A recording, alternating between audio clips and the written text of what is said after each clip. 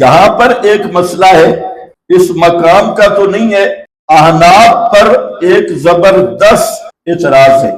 آج کل غیر مقلدین اس کو بہت اچھال رہے ہیں۔ یہ مسئلہ یہ ہے کہ احناف کے نزدیک سم کے تافی کھانا حرام ہے۔ ابو داؤد میں حدیث بھی کھڑی ہے، سم کے تافی، جو مچھلی خود مر جائے اور دریا کی اوپر والی سطح پہ آ جائے بیماری کی وجہ سے، کسی وجہ سے، وہ سم کے تافی ہے۔ تو احناف کے نزدیک یہ حلال نہیں ہے۔ اس حدیث سے پتہ چلتا ہے کہ صحابہ کھاتے رہے تو حلال کیوں نہیں؟ نبی پاک نے خود بھی منگوایا، بالکل حلال ہے۔ تو احناف کا یہ مسئلہ اس حدیث کے خلاف ہے۔ ہدایہ میں ہے یکرہ اکل الطافی منہ، وقال مالک والشافعی لا باس بہ۔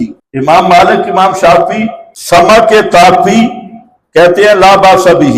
ہماری حدیث جو دلیل ہے ما نزب عن الماء فکلوا وما لفظہ الماء فکلوا وما تفا ولا تاکلوا، اس حدیث پہ پوری بات ہے۔ بھائی سمجھے، احناف کا یہ مذہب نہیں ہے۔ احناف کا مذہب ہے سب کے تافی کے بارے میں، یہ سب کے تافی نہیں ہے۔ اس پر یہ کہہ رہا ہے کہ یہ جو حدیث ہے کہ جس کو سمندر باہر پھینک دے اس کو کھاؤ، اور جو سمندر کی سطح پہ مرنے کے بعد الٹی تیر رہی ہے اس کو نہ کھاؤ، اور جس کو لفظت البحر اس کو تو کھانا ہے۔ تو کوئی احناف کے خلاف نہیں۔ حاصل یہ کہ یہ سم کے تافی نہیں تھی، بلکہ یہ سم کے ملفوظہ تھی۔ دریا نے اس کو باہر پھینک دیا۔